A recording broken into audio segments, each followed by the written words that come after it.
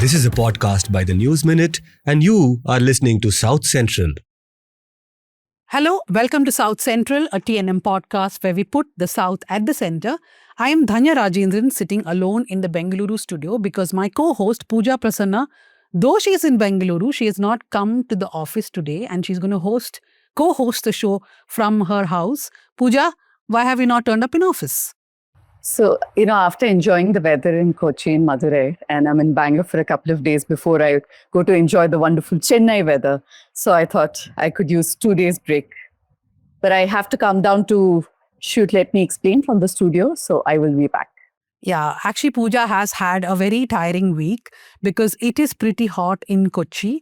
But despite the heat, our Kerala Bureau, along with Pooja, I think brought a lot of very good stories, both in video format and in text. But by the time this episode airs, Kerala would have already voted and another 1 month wait to know who's going to win this election, the LDF, the UDF, and will the BJP win a couple of seats?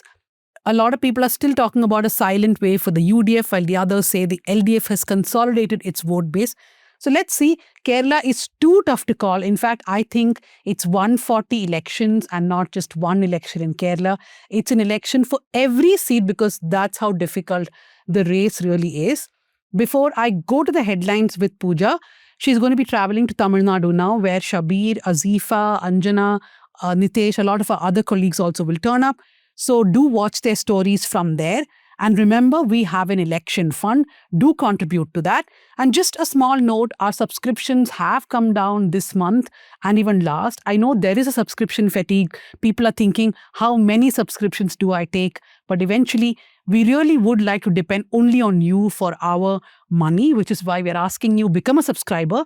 And I also realize people on YouTube are confused because they just go hit the subscribe button. No, I'm not talking about that. There is a paid subscription of 500 rupees per month. If you like our work, then do become a paid subscriber and help our journalists. Remember, we do not take advertisements. Pooja, to the headlines. We'll start with Kerala. Judge slams Shabarimala ostracism, flags gender discrimination in temple ban. Justice Nagaratna, the lone woman on the 9-judge constitution bench, said that such practices militate against Article 17 of the Constitution, which prohibits untouchability.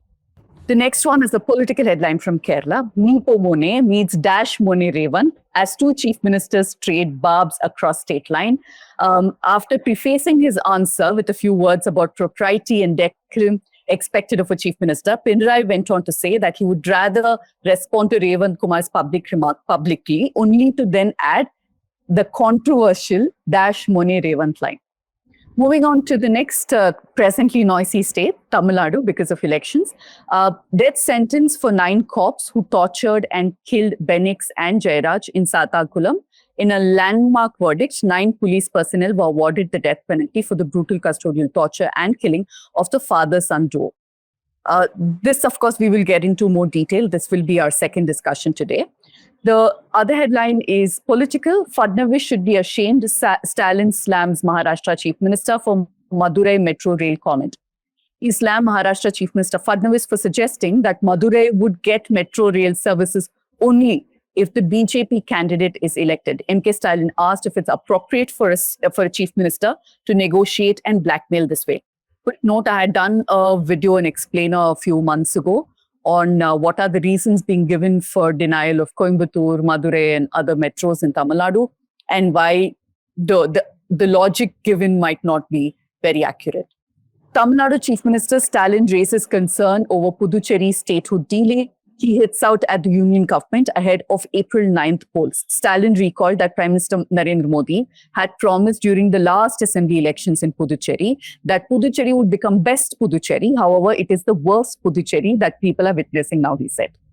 Talking about Puducherry, Pooja, I want to tell everyone that we have a story coming about the tentacles of Santiago Martin, the lottery king. Sudipto and Shabir are putting it together. So there's a lot of Puducherry and Tamil Nadu in that copy. I think it should be up next week, so do read it. Moving on to Karnataka, disproportionate asset case, Lokayukta conducts simultaneous raids in 4 Karnataka elections. Lokayukta officials on Tuesday carried out simultaneous early morning raids at multiple locations across Karnataka in 4 districts. They were targeting government officials who were accused of amassing assets disproportionate to their known sources of income. This is a News Minute special. Inside Bengaluru apartments, sudden construction of temple sparks debate. A group of residents of a large apartment complex in Bengaluru allegedly built a temple without obtaining mandatory approvals. Another group of residents have gone to court challenging the illegally built temple. Anisha Sheth, who will be joining us later, has reported on this. And we've been getting a lot of people writing to us with similar stories. So the email that you can write to us is there on your screen. So do write to us with whatever you have to say about this, but also do give us tips and leads for any other stories. This is something we have started very recently. So these are basically overnight makeshift temples which come up, like you wake up in the morning and there is a temple in the apartment. And Anisha herself records around 4 cases in Bengaluru where these temples have come up, and there is litigation now in most of these apartments. But we are trying to find if there is someone who's really encouraging people to install these temples in the apartments. So if you have any tip-off, like Pooja said, write to us. Just a quick note, Dhanya. I used to always wonder, the first time I'd gone to Vidhan Sabha, there's a proper nice temple inside. And in every government office you go, even courtrooms, judicial offices, you see like mini temples. I understand faith, but this was something I always found very tricky. Anyway, moving on to Karnataka High Court. The High Court wraps accused refuses to quash FIR in the harassment of Korean women at Bengaluru airport. The court questioned the conduct of the accused, asking what kind of officer he was, and criticized his justification for taking the victim to a restroom designated for men. We had we'd spoken about this in a previous South Central episode as well. Telangana, there is outrage in Hyderabad as sanitation workers made BLOs and they were later replaced. A sanitation worker in Hyderabad was appointed a booth-level officer, that's a BLO, in Chandrayanagutta, was filmed admitting that he was unaware how to carry out pre-SIR mapping of voters. And this is the concern we've raised again and again, be it in Bihar, in Tamil Nadu, in Kerala, about how the process of SIR, while we have not said SIR is not needed at all, cleansing of the rolls is perhaps required, but the way in which it's being done is being criticized. Telangana man allegedly drowns pregnant wife and 2 daughters in his own swimming pool. Azharuddin allegedly drowned his wife Farhat and their daughters Umaira and Aisha in his own swimming pool, and police said that he'd been forcing her to get an abortion for the 3rd time, suspecting that she would have a daughter, but this time Farhat had refused. Terrible, tragic story coming from Hyderabad. And I think in a span of a week, there were 2 similar incidents from Telangana. So I think Janvi, our colleague, is putting together a story. Imagine in 2026, we have 2 cases where fathers have killed their wife and daughters because they do not want to have any more girl children. Amaravati gets statutory status as Andhra Pradesh capital. The enactment has ended years of uncertainty and political flip-flops over the capital issue that arose after 2014 bifurcation of the erstwhile united Andhra Pradesh. Quick background, while Chandrababu Naidu's TDP-led government in between 2014 and 19 had insisted on Amaravati as the new capital, Jagan Mohan Reddy's YSRCP had done a reversal and said that they want 3 capitals for the state of Andhra Pradesh. So there is no, even almost 12 years after the bifurcation, there is no proper capital for the state of Andhra Pradesh. Child custody case, Andhra Pradesh High Court snubs UK court order, flags colonial mindset. The orders of foreign courts are not binding, particularly when deciding with the custody of the child in a habeas corpus petition, says the court. That's it for the headlines for this week, Panda. Okay, so thank you for that, Pooja. So we'll jump to our first discussion of the day. Last 2 weeks, we talked about the Kerala election. So now it's time to turn our attention to Tamil Nadu. What's happening in the state? Remember, it's not just 2 fronts, it's 4 fronts if you add the NTK and the TVK. And to talk about that, joining us in the Chennai studio is Sivapriyan, assistant editor of the Deccan Herald. Welcome, Sivapriyan, to South Central. Thank you, Dhanya. He's a very familiar face for those who watch News Minute Tamil because every week he comes with Shabir Ahmed on Yenindra Kelvi. And the last few weeks, I've been watching all these angles that you guys are doing, traveling in the car, then you're sitting in a restaurant, there's a cow next to you, the camera person is going from the cow to Sivapriyan's face. No such excitement in South Central. Just one frame. And joining him is Kavitha Muralidharan, also from the studio. Welcome, Kavitha, to South Central. Hi, thank you. Thanks, Dhanya. Dhanya, also disappointing will be that no biryani in South Central. They had a biryani episode. Actually, Pooja, we have a very difficult time controlling Nitish on the camera angle. So like he will say that, sir, please stand here. Yeah. Please stand there. Shabir will get irritated. No, don't dictate us now. Let us record it. Let us finish it off. So like it's very difficult to handle Nitish when he gets onto the camera. Yeah. And you should start. Sivapriyan is coming from Perambur. You know, when we were younger reporters, I have even like taken a camel ride in Rajasthan, sat on a cow somewhere, like done all sorts of random things. So I will encourage Nitesh to make you do more such stunts in all the Yenindra Kelvis. But I'll jump right into the election talk. Both of you can take turns. Sivapriyan, what is it a very easy game for the DMK now? Because initially there was some talk that Vijay will get more than 15-20% vote. But I feel that is coming down, right? We are now talking about 10 to 15. From 15 to 20, we are at 10 to 15. But, or is it that people are not able to gauge sentiments properly? Like in Kerala, everybody is saying there could be a silent wave, we do not know. Maybe there is no anti-incumbency, we do not. Everything is that we don't know, we are not sure. Is Tamil Nadu also the same? See, like, I don't think it's an easy game for the DMK. It's not a cakewalk. So even last time when there was an anti-incumbency, 10-year anti-incumbency against the AIADMK government, it was not an easy thing for the DMK to come to power. All that they could get was about 159, which is 2/3. They were hoping for a landslide last time as well, but they couldn't. 159 was coalition. Yeah, 159 is coalition. DMK as such, a single individual party is 133. And even that, 8 of them were from other political parties who contested on the Rising Sun symbol. So their effective strength is about 125 individually. So the DMK has done a lot of groundwork in the past 5 years, which we saw on the ground, especially when the SIR happened in November 2025.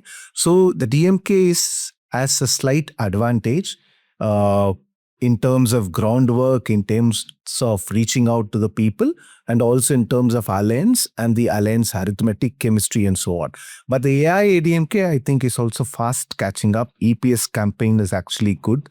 He's drawing a lot of crowds. And like you said about Vijay, I don't think it is very easy to gauge what will be the performance of Vijay. Vijay could be between 15 to 20 still, because he started campaigning now. So today he is in Tirunelveli, he'll be in Thuthukudi in the evening. Tomorrow he is in Kadalur. So we believe that he is going to hit the road almost every day, or at least alternate days. So if he is able to manage to come out every alternate day and speak to the people, probably he'll poll another 2-3% from the 15. So if Vijay could be between 15 to 20%.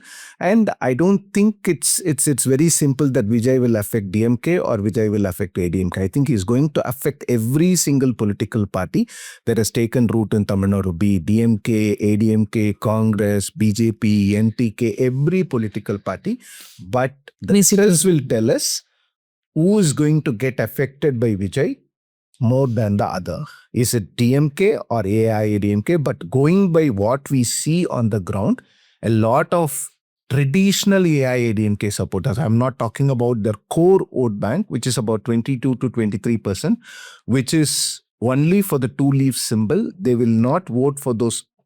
They will not press any symbol other than 2 leaves. That is about 20 to 24. That is not going away from ADMK, but the anti-DMK votes that the AIADMK harvested for a very long time due to the strident anti-DMK stand, and also the anti-DMK strident stand that Jayalalitha took for a very long time, about 30 years or so.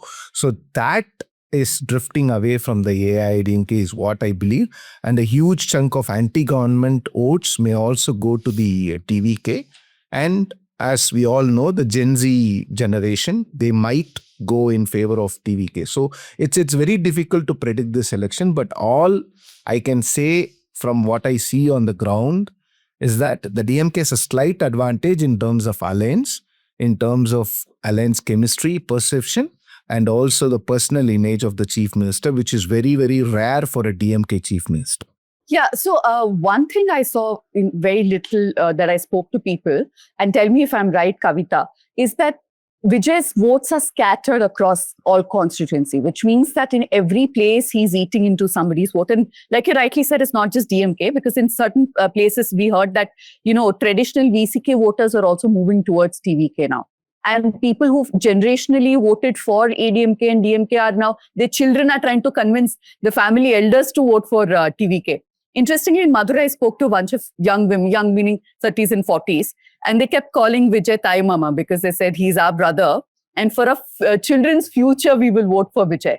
So is that a sentiment where seemingly apolitical people are turning towards TVK, hoping that he will bring a change, break in the cycle? Kavitha, this is for you. Actually, I'm very confused. I think the Vijay phenomenon kind of defies all logic in Tamil Nadu. I can't really understand why people are like even thinking of voting for someone like Vijay. I'm sorry. I couldn't agree more, but yes. No, it's very strange. I mean, when Sivapriyan was talking, he mentioned how if Vijay manages to step out every alternate day, it will make some sort of difference, So we've seen Vijay's different avatars. He's been like weekend politician. He's been like evening. He'll campaign only till 6 in the evening. So all kind of phenomena, and people seem to accept everything without any question. Everything about Vijay, they don't question at all. Every mistake that he does, people should hold him accountable. They're not holding him accountable. I'm like completely surprised what's happening in Tamil Nadu with regard to Vijay. So this also makes me wonder if, are we really, I thought once, after 2018, after Kalaignar passed away, I thought we were kind of, this personality politics were kind of, it's come to an end in Tamil Nadu. But when you see people kind of overwhelmingly in support of Vijay, and I have been talking to people from college students to pretty much older people who are like well-read and all, who are writers, intellectuals. Most of them also seem to kind of, they have I don't think they'll vote for Vijay, but they have some kind of soft corner for him. They wanted to kind of, why not give him a chance kind of argument they come up with.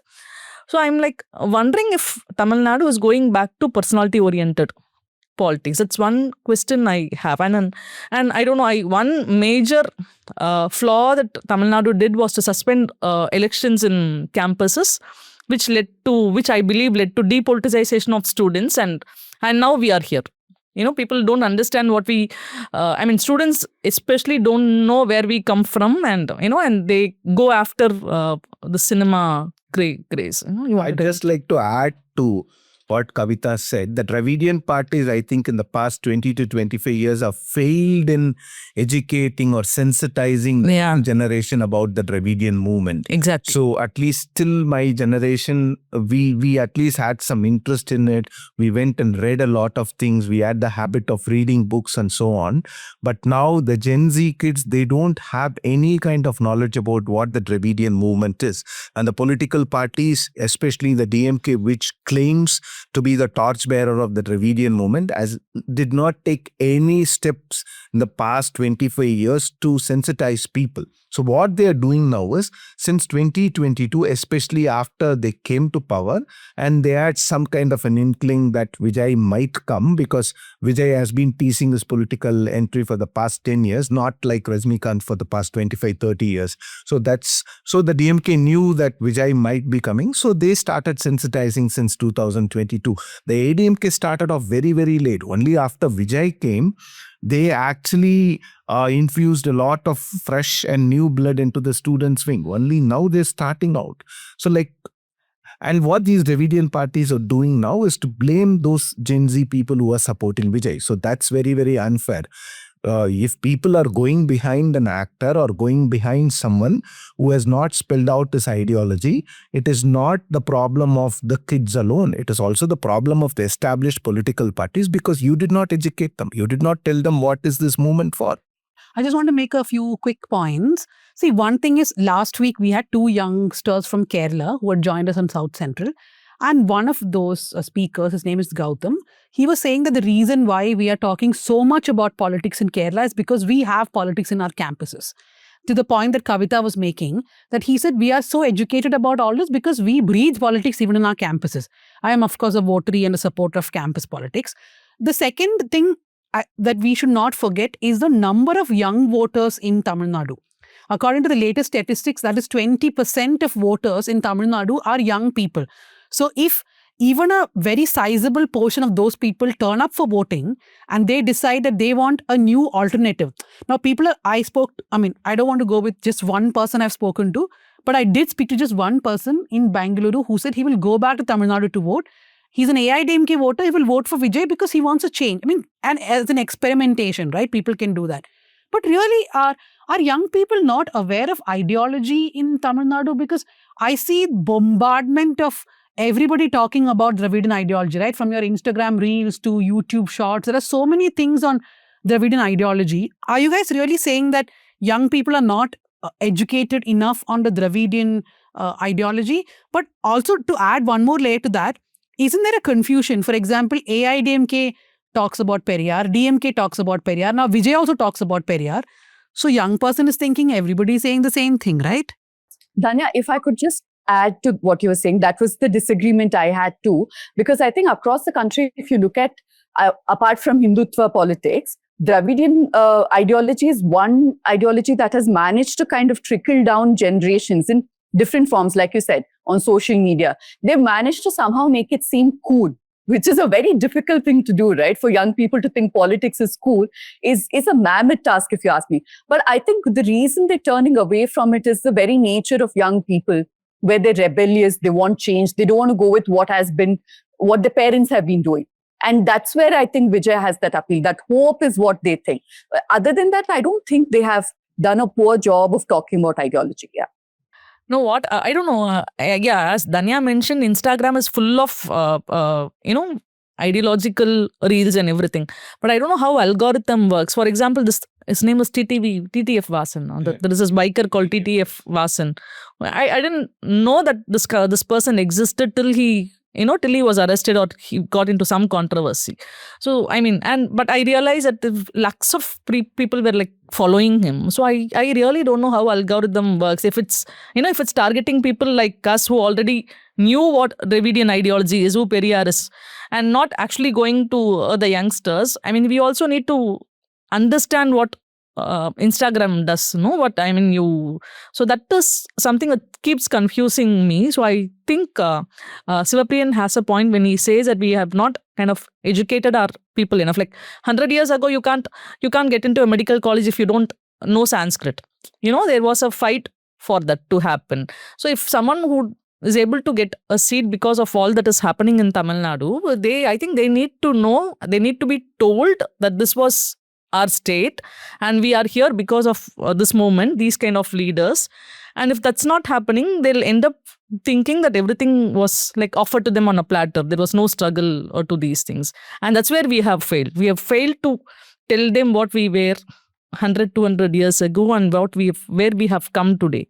And that should have informed a voter to vote wisely, to at least not take a chance where you'll be pushed back to those kind of days. My only worry about voting for Vijay is that I think he lacks political clarity. He says he's got Periyar this side and Ambedkar this side. I don't see that happening in practice. I don't see him being, kind of practically following the footsteps of Periyar or Ambedkar. And I'm sure if and when he comes to power, not this time or next time, I don't really think he'll follow footsteps of Periyar and Ambedkar. And that is why I'm actually worried. I'm worried for Tamil Nadu. I'm worried for people in Tamil Nadu who've had a decent standard of life.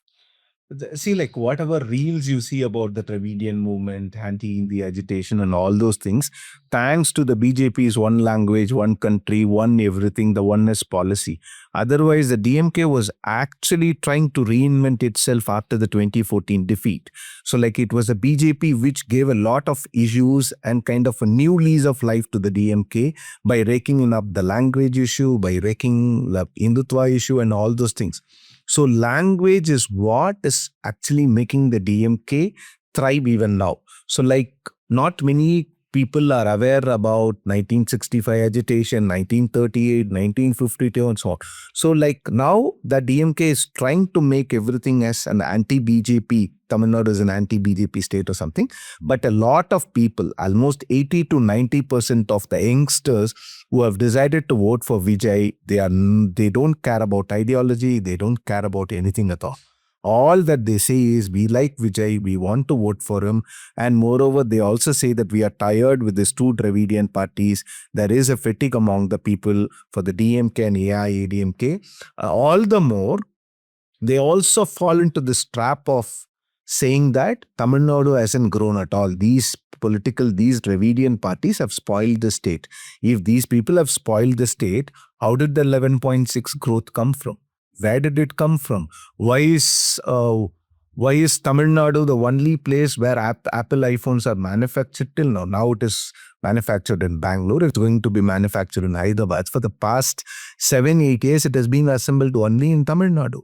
So like why is every electronic manufacturer who's moving away from China coming to Tamil Nadu? So like these are the questions that the youngsters fail to ask people who say that these Dravidian parties have spoiled the state. Yes, of course, there is a lot of corruption. There is a lot of nepotism. If these two were in there, the state could have grown to a completely a different stature. But still, whatever has happened, Tamil Nadu is one of the fastest growing states in India. It has a nominal growth of about 11.6% or so. But still, people say that this state hasn't developed because they have not stepped out either, or they just believe what Vijay says. Or maybe they are just they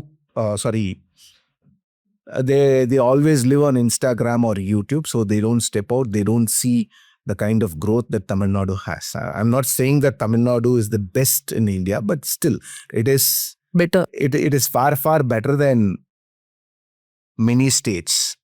No, so actually I was thinking, though I did make the initial point that can young people be so unaware? When I think about it, yeah, look at the dialogue in mainstream media, right? That why are you raising the Hindi bogey? They call it the Hindi bogey because it is just a thing that you are clinging on to, that politics is politics of yesterday. So yeah, I guess young people, like I don't think my son would have ever watched a political reel on his Instagram. He's always on cars and football. That is true, actually. It's a lot driven by algorithm. Like if you ask a young person, I don't know, would they know about the Kallakudi agitation? I'm sure they do not, right? So education can mean different things at different levels. I just want to quickly touch upon one point from what you said, Sivapriyan. In Kerala also, the BJP's pitch, I think Pooja also did a story on this, is to say, it's not criticism, but it's basically to write off everything that has happened, saying, oh, there's no development here, this state needs to be rescued, only we can rescue the state, look at what we have done in some Uttar Pradesh or Gujarat, which is a very wrong politics to play in states like Kerala and Tamil Nadu, where people take pride in what is already there. I mean, they do have complaints with their ruling governments, but they also take pride, right? So, all these stories we hear about Chanakya, Amit Shah, how he has done this strategy for every state. Why can't they just see through how stupid the strategy is in Kerala and Tamil Nadu, where they are completely alienating or writing off whatever good has happened in that state till now? See, I always say that the only strategy that has been consistent for the BJP in Tamil Nadu is their inconsistency with the strategies in Tamil Nadu. So like still, ever since Jayalalitha's death in 2016, see the kind of things that they did. First, they broke the AIADMK, they united the AIADMK, then they broke it again, they united again. So they don't have a clue about how the state functions. So if they had even a slightest clue of how Tamil Nadu functions, or how, okay, let me go to the next level of saying that how DMK functions, or how DMK makes small makes a mountain out of a molehill. So like last week, there was a circular by the CBSE saying that you'll have a 3-language policy for the 6th standard from this academic year. See how the DMK made it. So like why is that the BJP, why don't they understand that these states will never accept Hindi? Tamil Nadu will never accept Hindi imposition. Here, see, like all along, I did all my schooling, college, everything in Tamil Nadu. But when I went to Delhi, when there was a necessity to learn Hindi, I did learn Hindi. I can speak Hindi. It is not that now my son studies Hindi. So like no one is stopping him. He's not studying Hindi in school. He is actually studying Hindi in Hindi Prachar Sabha. He's writing exams. So no one is actually stopping anyone from learning Hindi. That is the problem here. So the BJP doesn't understand the state at all. That is the real problem.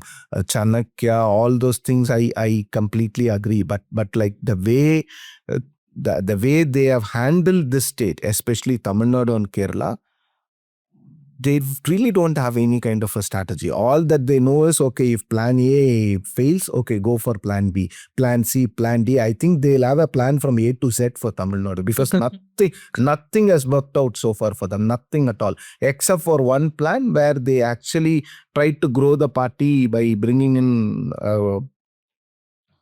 a former IPS officer, Mr. Annamalai. So that was the only plan that was successful, but that plan also, they derailed it. The people didn't derail. Dhanya, if I could just add to that, I feel this entire Chanakya mastermind thing is limited to the politicking part of it.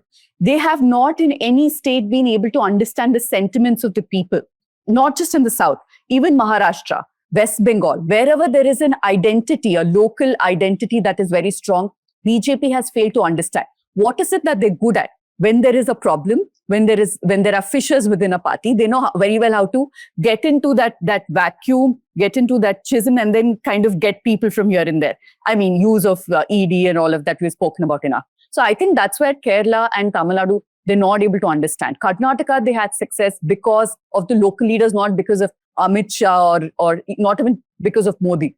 Modi is just the top part. So I think that's where Tamil Nadu, they will not understand. They don't know how to understand other cultures, other identities outside of the Hindi belt and Hindutva belt. Two Gujaratis shedding their own identities and adopting Hindi. How do you expect them to understand Tamil Nadu? That's, I think, out of question. And, I also think BJP wants to take its own time. They don't want to immediately form government in Tamil Nadu. They wanted to do propaganda, and they are doing it in every level. They are using, any controversy. They are creating their own controversy like they did in Tripurangundram. And there are 2 films at least, apart from what, our parent Mohan Das then. Mohanji, sorry. So apart from his films, I've seen this one film. I mean, I've not seen the film, but I've seen the trailer of H. Raja's film Kanda Kotai and this Hinduda. So I mean, they pretty well know that these are not going to work in Tamil Nadu. People are like not going to make these films successful and all, but they'll still keep doing it because that's not the only thing that they are doing. It's not just about propaganda. They are getting into schools. They are getting into residential areas. They are doing it in a very non-political, apolitical ways. They are using a medical camp. They are using a sports event to kind of mingle with people and kind of drive their ideology. So I'm sure this is all their game plan. They wanted to take their own sweet time, maybe 10 years, 15 years. They don't want to make, H. Raja or Tamil Chief Minister of Tamil Nadu. But ultimately, after 20 years, that's how I see their plan is. They don't want to compromise on their ideology and they just want to keep driving. They wanted to kind of create a new set of audience who will take their ideology and maybe make Tamil Nadu better for them. And I hope that doesn't happen. I actually think they don't get support from the people. That is the biggest problem here. See, take Tiruparankundram.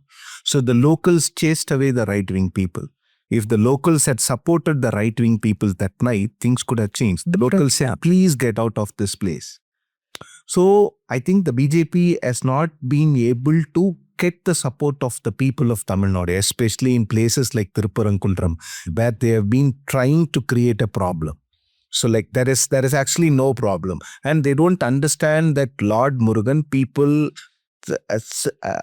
like actually they come up with peculiar things like Murugan Pujai, Vel Pujai and all. My family, the entire family are all Murugan devotees. We have never heard of something called Vel Pujai. There is nothing called a Vel Pujai. So like they come up with terms, like new terms. It's also different. In North, it's Subramania. For us, it's Murugan. So like they don't understand the state, they don't understand the culture. All that they know is Tamil is the oldest language. They say that they can come and get votes by saying two Tirukkurals, yeah. by actually reciting two Tirukkurals or by saying that Yadu Mure, Yavarum Kelir and all those things. But people don't fall for all those things. But I agree with what both of you said. But I did speak to people, perhaps not from Tiruparankundram, they've come from outside. And they felt that, and some of them in fact were DMK supporters originally, they had taken a lot of offense to the stand DMK took, and they said BJP took the right stand. I'm saying it might not immediately result in electoral success, but BJP plays the long game, right? Because if I could quickly give two examples, Baba Budangiri in Chikmagalur, that was a bastion of the Congress. In fact, when Indira Gandhi lost everywhere else in the country, she came to Chikmagalur to contest because that was a sure shot victory for the Congress. Now that is completely saffron. And it started from Baba Budangiri, the Dargah and this one temple, Dattapita fight. So they use it, they build on it over a period of time. And I see that some people, maybe in very small numbers, but have started saying, oh, DMK is going against our belief. So that is something people should pay attention to, I feel. I agree, but like I think like Kavitha said, like you also pointed out, Pooja, like BJP plays the long game. But I think the biggest stumbling block here is that despite Tiruparankundram being in the limelight for about 2.5 years, I think it is actually the local people, and also like even the BJP doesn't get support from its own allies. See, like they wanted to make Tiruparankundram a huge issue. They were not able to convince the AIADMK to part with that seat. So like AIADMK is contesting the seat, the sitting MLA is being repeated there. Yeah, and also the AIADMK MLA has gone on record to say that he doesn't think these should be election issues, and he doesn't agree with the BJP stand. So yes. Yeah. Exactly. But I think BJP will keep trying. Like, the first electoral victory in Tamil Nadu, Padmanabhapuram in 1980s, I think. And then they won 2 elections in Kanyakumari and Coimbatore in 90s. See, in both places, both in Kanyakumari and in Coimbatore, before BJP won, there were clashes. There were communal clashes.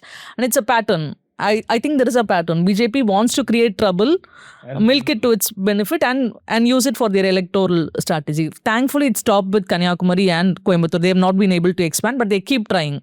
I'm sure they'll, like, it's a long game. They'll keep trying for next 15-20 years. They will not stop here. With one last question, we'll finish the show, or the first discussion rather. It is about promises. Now, the AIADMK has promised a fridge this time, and the DMK has said we will instead give a coupon of 8,000 rupees. And you can go to any shop that you want, exchange the coupon and buy whatever you want, washing machine, fridge, etc. Of course, both have very long manifestos. Are people, Sivapriyan, you have also been traveling quite a bit, and Kavitha, you too. Tell me, are people looking at these promises also while they cast votes, or is that a thing of the past? Like, does that really come first on the voters' mind, considering how close these promises are also? See, like the kind of promises that these people have given over the years, especially I think Tamil Nadu has been a welfare state since the times of British. So it's not that like Tamil Nadu got into this welfare thing only after independence. So from the Justice Party, we have had this midday meal scheme, which is now completely transformed into a breakfast scheme as well. It's a revolutionary scheme whose tradition is about a century old. So, and like rice has been an integral part of Tamil Nadu's politics since 1952. So the DMK rode to power on rice, and you can also see the midday meal scheme being implemented as a nutritious meal scheme. Then Jayalalitha came and said that we will make it a variety rice, we'll make it more nutritious and more interesting for the children. Karnataka came and said that we'll give them eggs, bananas and so on. So like this is the kind of politics, welfare politics that Tamil Nadu was following till about 2006. Before that we had free bus passes, In 2011, we had free laptop schemes and so on. So I think the color TV changed everything, and the political parties from welfare schemes, from welfare politics, they got into consumer politics. So I think that is where after color TV, we had mixer grinders, we had web grinders, we had pedestal fans and so on.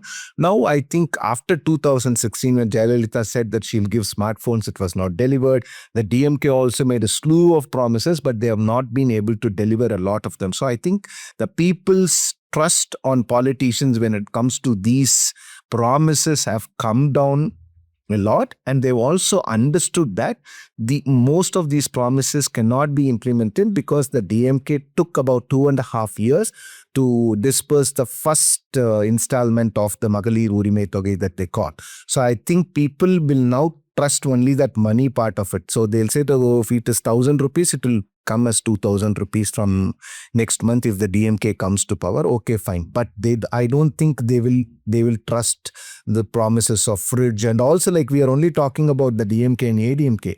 The newcomer and the so-called change agent, Mr. Vijay, has gone beyond all those parties. Yeah. Said that he will give 1 sovereign of gold, which is about 1.2 lakhs. So like per 1.2 lakh for one woman who gets married. So he also promises a silk saree. So 1.25 lakh. I actually calculated it comes around 35,000 crores. And they also say, so like actually if you calculate some of the key promises, the expenditure involved in it, DMK is the lowest, about 57,600 crores. The AIADMK comes about 89,000 crores, and TVK tops it all by 1.10. Because he'll not come to power anyway. So like people know that, because a lot of people who voted for the DMK thought that they will never increase the property tax, they will never enhance the electricity bill and so on. So finally, if political parties or the governments go and take loans from whichever sources they are, like, the end result is that people will have to pay, because the state governments have very limited powers on taxation now. So they are just left with 4 or 5 sources, which is property tax, registration fee and so on. So all these have been increased in the past 5 years. So people, I think, can see through this design, and they will vote they will only think about these direct benefit transfers, and I don't think they will get into that consumerism politics yet again. Quickly, I just want to add, I know that, there is a differentiation that is usually in DPT versus the consumer welfare, like you said. But I think even consumer welfareism has its own place, and you cannot write it off. I mean, a mixie, a grinder, a washing machine, a TV, a laptop for women is life-changing. You bring them back into the workforce. They earn, they spend more. So that also feeds into your economy. I think of all the states in the country, being a welfare state to a large extent, at the same time being economically quite forward, I think Tamil Nadu has struck a good balance. As far as it increasing the fiscal deficit is concerned, yes, that I think the onus is more on the union government, because they have taken everything except excise and electricity and a few others.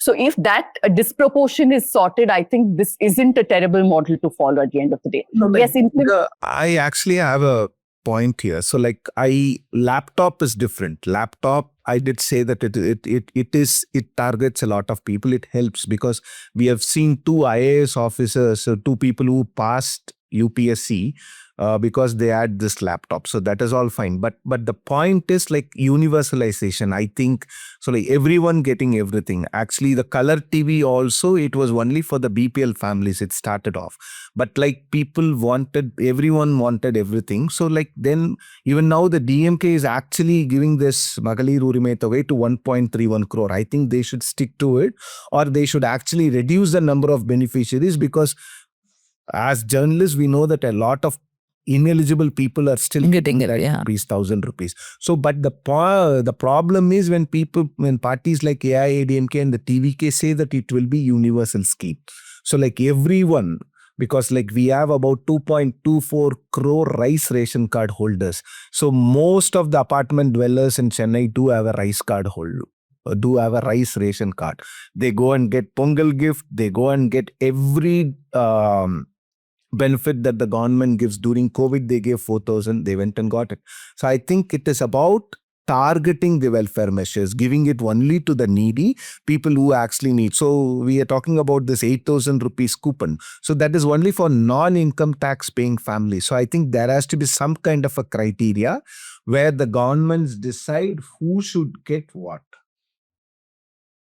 I totally agree. I just had someone interesting. You mentioned, Pooja, you mentioned about this women saying Vijay, calling Vijay as Thai mom, and you know where that comes from, no? From all those, what we call seer in Tamil, you know, like wedding gift given by the birth family, brother, yeah. So that's where, and I when that women say that Vijay is her son's or our children's Thai mom, and I think she believes that Vijay is going to deliver all these things. Like it doesn't even strike her that the same Vijay kind of went around throwing all the freebies in his film. So I thought that was very interesting, that paradox. Vijay is also talking only to that audience Yeah. who are going to vote for him. He doesn't talk to he doesn't talk to a person like Sivapriyan or Kavitha. Yeah. He talks only to the people who he knows for sure that they are going to vote for him. He will only vibe in the campaign meeting. He will only sing a song. He will not talk about policy. He will not talk about NEET. He will not talk about education policy. He will not talk about the fiscal deficit of Tamil Nadu. He will not touch any issue that a politician or actually a change agent should actually touch, speak, and then elaborate it to people. But he will only come there, dance, he will sing a song, he will talk to the people, he will do that exact vibing thing, and then he will leave. Yeah. Too much of anti-Vijay vibes in this podcast, but yeah, I agree with everything. Anyways, thank you. Yeah, thank you very much, Kavitha and Sivapriyan. I think it's a fantastic idea. How many people get married? How many women get married in Tamil Nadu every year into one sovereign? Of course, it's not coming from Vijay's house, right? So that's a huge amount, 1.2 lakhs. So we can calculate. That's fun, Pooja. Think of that as your max exercise for the week. The problem is, given how gold prices are fluctuating every day, by the time I do the math and shoot the episode, it would be something else. So I can't stick to the math. And thanks to Trump and Modi ji also for that. Yeah, so thank you, Kavitha, and thank you, Sivapriyan, for joining us. Pooja will be in Chennai next week, and I'm sure she'll be calling you guys for more takes, hot takes. Dhanya is ditching me next week. I hope the two of you won't ditch me. No. Thank you. See you soon. Yeah. Bye-bye. Bye. Okay, so after that discussion on the elections, we'll now move on to our second topic. We'll do a quick chat about this. Joining me in the studio is Anisha Sheth, our Karnataka Bureau Chief. Now, the story is from Tamil Nadu, but the reason Anisha is here is also because she led a project we did last year on police brutality in India. What we're going to discuss is about the verdict in the Sathankulam case. Two people, Jayaraj and Bennix, a father-son duo, were beaten to death by police officers at the Sathankulam police station. And the first additional district and sessions court in Madurai, Judge G. Muthukumaran, has given death penalty to 9 police officers. I think it's unprecedented that this many police officers are being given not just any punishment, but the death penalty itself. Of course, I'm not for the death penalty. And I think there is a problem with death penalty in itself, but that's not the debate we are going to have today. We'll not divert to that topic at all. But why this judgment? It's a 684-page judgment in Tamil. A few parts of it, my colleague Azifa sent me. It actually, describes the torture. So this murder happens during the COVID lockdown, and Bennix and Jayaraj were running a shop. So these police came there claiming that they had not shut the shop and the curfew had already started, but that is not true. What we also know is that the previous day, there was some issue that certain people had with the police, and Jayaraj had tried to advise those people. The police did not like it. For whatever reason, they had some sort of a vendetta. They came to the shop, arrested the father. The son followed them to the police station. What followed for the next 2 days is torture, which is described, in such words in the judgment that it will really shock you. So for hours, the father and son were beaten, the father in front of the son in front of the father, so they would just watch each other. And the main culprit in this Sridhar, he's an inspector, he was saying that let's beat them so much that their cries can be heard in the upper floor of the police station. There were, in fact, around 50 witnesses. Now, the reason why this conviction took place is because of all the witnesses who came and spoke in the court, including a woman police officer at the Sathankulam police station. Right from the beginning, she's one of those few people who are ready to come and say that, yes, this happened. The then Chief Minister of Tamil Nadu, Edappadi Palaniswamy, had denied anything happened. CCTV cameras were looking iffy at that time, whether there'd be footage from inside the station. So we have seen every way possible there were efforts to scuttle this entire investigation. But there were a few brave people, like that woman police officer. There was a prisoner who shared space with Bennix, who said that literally his skin was completely gone. He could see the flesh and the bones in many places. That's how badly they were beaten up. There were blood stains on the wall of the police station. Their clothes were so blood-stained that they had to give them a change of those clothes. And when they sat down in their car, which outside the court, while they were waiting for their bail hearing, a small mat which was put on the car seat was soaked in blood. That mat was produced as evidence in the court to show how badly they were beaten up. So, Anisha, you have been looking through data, right? How rare is that such a punishment is given in India to police officers? Not that I could find anywhere that death penalty has been given.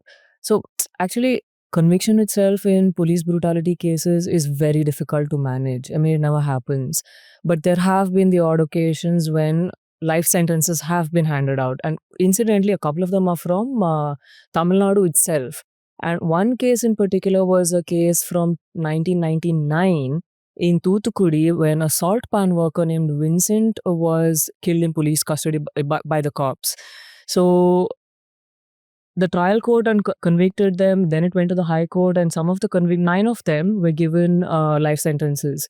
So last year they went to the High Court, Madras High Court, and asked for the sentence to be suspended. But the Madras High Court said nothing doing, stay in jail. And so that has happened on a few occasions. A lot of other cops some cops at least have been convicted and given life sentences. But death penalty, I couldn't find any case where that was handed out. So I'm actually glad that the death penalty was handed out. Not because I support it. I don't think capital punishment should be allowed. It should be off the books. And also, I don't think it will stand the test when it comes to the higher courts, most probably. That is irrelevant. Yeah. And I'm like, okay, I believe capital punishment shouldn't be there. Of course. But the reason why I'm glad the death penalty has been given, because now I'm wondering whether the cops are going to pause and think the next time they, carry out indiscriminate violence like this. Because like when I was reading, I mean, I didn't know that. I haven't read the judgment, right? But I've read all the coverage that we've done, that other people have done on this case. And every time you hear of police custodial violence, right, the injuries on their bodies are crazy. And despite that, and one of the, like what you were saying about the magistrate, how do they not notice? Here, even a doctor, she gave a certificate saying that they are fit enough to be remanded. And she is actually one of the witnesses in court, where she's still saying that, look, when they came, I thought it was fine. They were standing and I didn't ask them about the injuries. So I let them go. They told me that they rolled on the floor because they had jumped off from a bike or something, and that's how they got the injuries. I mean, it's ridiculous the kinds of things that magistrates don't notice. Like the most common sign of custodial violence is people being unable to walk. And then there are standard responses for that. That fell down the stairs or banged somebody's head or something.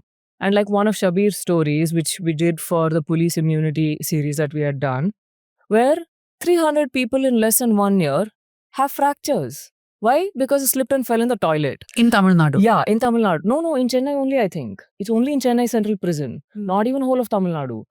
And the Madras High Court, when campaigners took this to court, the Madras High Court is asking, what do you do with your toilets? Why do you design them in such a way that everybody's slipping and falling? Like, it's that ridiculous, right? Nobody in their right mind is going to buy these explanations.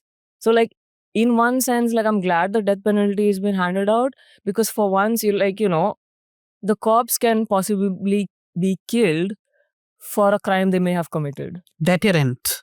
I don't know if death penalty is a deterrent, but it's I not, think it's for never, shock value at least. For shock value at least, like I'm glad. Yeah, Pooja? keeping the death penalty aside for a minute, I think the conviction itself is a huge, huge step, because that impunity, at least they won't think that they'll continue to have the impunity. And I think the system itself, I mean, look, generally we look at Tamil Nadu as one of the better administrated states, right? Administration governance is slightly better as compared to a few northern states like Bihar or Uttar Pradesh. Even in those states, police think that it's their job.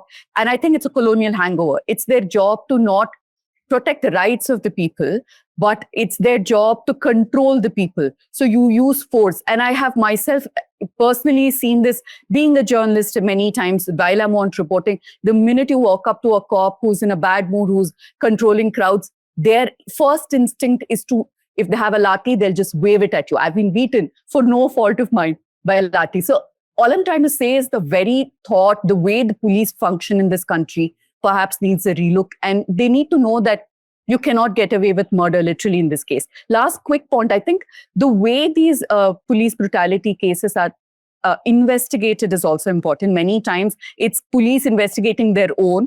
So what they end up doing is they deliberately do a shoddy job with the evidence. They will threaten, intimidate witnesses, like we've seen time and again, which is why we see no conviction. So political will is needed, and I think the judiciary also needs to be a little more stringent when it comes to these cases. I think lack of political will is the biggest problem, Pooja. Every government is, how powerful a chief minister is, and I've seen so many chief ministers, they are still very subservient to the police. They are very scared of what the police can do. I don't know why. I mean, to the bureaucracy also in some way, but several chief ministers, strong chief ministers, have been beholden to the police officers.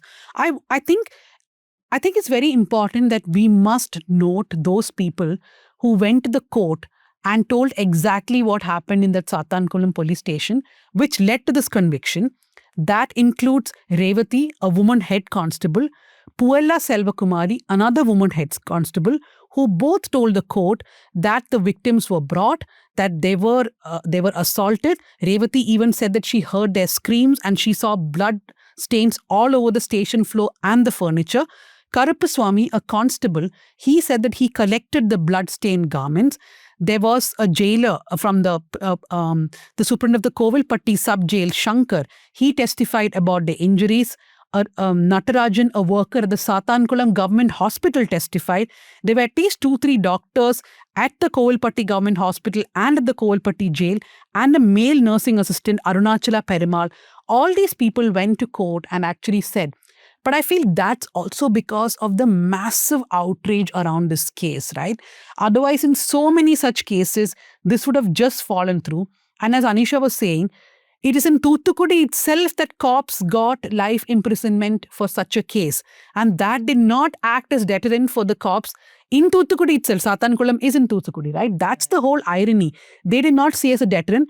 And our former colleague Priyanka Tirumurthy at that time had done a story about how a few of the accused in this case had previous cases against them for custodial torture. Not death, but custodial torture. And they never learned a lesson. I want to quickly go through the stats, Anisha. Like, what are the stats when you look at all the states in India? How do, which is the worst when it comes to custodial torture? And I want to add that statistics may not give the whole picture because a lot of time this is not even recorded. Absolutely not. For the police impunity series, I went crazy trying to figure out how all the numbers match or why they don't match. And it's impossible because different agencies maintain different sets of data and different methods. Now, in Parliament recently, a CPI MP from Tamil Nadu, incidentally, sought information on police and judicial custody deaths. And guess what? Tamil Nadu is in single digits. Okay. But unofficially, like human rights campaigners who've documented the numbers, they say that at least, like say, for example, People's Watch, I think between 2021 and 2025, they found 32 people had died during, the current government's tenure. And you look at media reports, right? There are so many of them that we found, like even when I was looking through stuff, we found the stories that Shabir and others and Abhishek have done. No, so we went through the records, though the NGOs have been tracking it. Abhishek and Nitesh actually went through all the records independently and they found 27 custodial deaths which could be classified as custodial deaths in the past 5 years in Tamil Nadu. But what about the other states? The other states, see, the numbers are, the parliament gave data from the National Human Rights Commission. And I'm not entirely sure about this. But first of all, the NHRC collects data in terms of, like, say, April to March, one. NCRB collects it differently, calendar year. Okay, so you can't tally the numbers any which way. That's different. Let's gloss over that for now. But in the whole country, in 2021-22, you had 176 deaths. The numbers remain more or less consistent between 140 and 170, since that time, each year. But these are complaints which the NHRC gets. We have no way of knowing, unless we sit and individually track what the NHRC does in each of these cases, what is happening with them. Because NHRC, like, my guess is, and like, I have no way of knowing this for certain, they're basing these numbers on compensation awarded. Right? Why is compensation being awarded if somebody hasn't died in police custody? So I think Right? NCRB notes custodial deaths, but even that data is very iffy. Very bad. So this is another big issue in India, right? The data. Even if there is data, from where does it come? For example, we were trying to look at male suicides, just going off tangent. And one of the reasons why male suicide is high is family-related reasons. Nobody knows what this family reason is. We call so many cops to ask, how do you know something is family reason? Because there is agricultural distress. There are lots of categories. So this is the number which the men's rights activists take to say that it is because of women that men are dying by suicide. But what is this reason? Nobody really knows. Yeah. And see, this another thing, right? Like, when you look at the complaints that the Human Rights Commissions get, then you look at the Crime Records Bureau, those numbers are different. And then if you check with the CID, which is the so-called External Investigating Agency, I mean, in Karnataka at least, this is CID, the External Investigating Agency, which is supposed to investigate all custodial deaths, they have a remarkably high number of cases. So when I was working on the series, I found that for the same period that I was looking at, all three numbers were different, but the CID had the highest number of cases under investigation. So then why is Karnataka's the figure, official tally of custodial deaths so low in the single digits? The same applies to Tamil Nadu, I guess, where the numbers, see, anecdotal evidence tells us that torture is really bad. Okay, like serious torture. Like Sathankulam case, I don't know, is some kind of extreme level even for police torture. But there is enough evidence for us to know that police torture is routine, like mundane to the point of being like normal, and nobody cares. But one thing I want to discuss here is that, see, Sathankulam is one thing, right? And thankfully, at least in one case, some justice has been done for now at least. That's still not going to bring those two people back. But all of that, this extreme violence is built on the whole idea of low intensity violence being acceptable. And that is what you see on the streets when, like just this morning, the story that we published, there's a group of people in Bangalore who've come together, prisoners' families. The kind of violence they talk about, somebody standing outside their street and they just get whacked by the cops, or they get picked up by the police for loitering, or God knows what reason. And there is no way to get any kind of accountability for these people. I think it all primarily stems from the fact that we do not respect human rights, and especially when it's a poor person or a marginalized person, anything can happen to them. And there's this thing, what if he's a criminal? Oh my God, he did steal a purse, so let him get beaten up. Oh, his hand is broken, it's fine. Wasn't it somebody from Bennix and Jayaraj's family only who said that, there wouldn't have been so much sympathy if, they had a history sheet against them? His sister actually told Shabir, and I thought it was a very good point. Bennix's sister told Shabir that if my father and my brother had done even a petty crime, then the support wouldn't have come.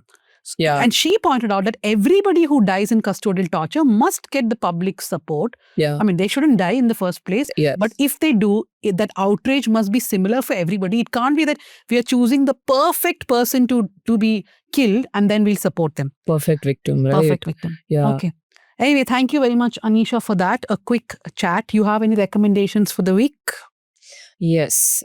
For once, I want to ask people to read the story I published this morning. It is about the families who have gotten together. They all have relatives in prison. And I couldn't include more than half of what they've told me simply because I am confused about how to write it. Because there is no evidence for any of that stuff. The level of corruption and low intensity, low key violence is enough to slowly suck the life out of you. And that is what is happening to these families. But they've gotten together, they formed an association, and now they're taking on the cops left, right, and center in Bangalore. And the cops are, well, learning to mind how they behave. Good. So since it's election time, I would recommend the DMK Years by R. Kannan. He has also written the biographies of M.G. Ramachandran and C.N. Madurai. So it's a good book. It's kind of an encyclopedia on DMK. He has relied on a lot of primary materials from M. Karunanidhi's Nenjikanidi, it's his autobiography and so on, but it's a very good read. So it has interesting facts about how Kachativu was ceded to Sri Lanka and so on. I just finished reading Giselle Pellicot's book, A Hymn to Life.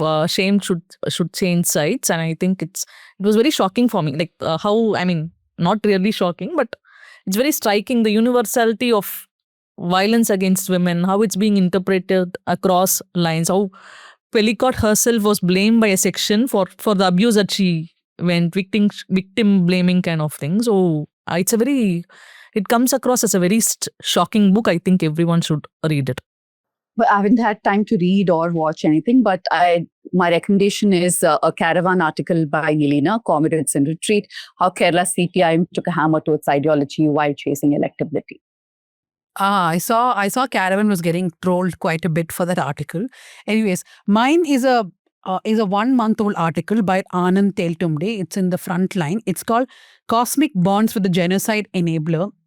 It's a very interesting article about Modi. It's a short article about Modi saying Israel is the fatherland and India is the motherland, or vice versa. Something. And how Modi is born on a particular day.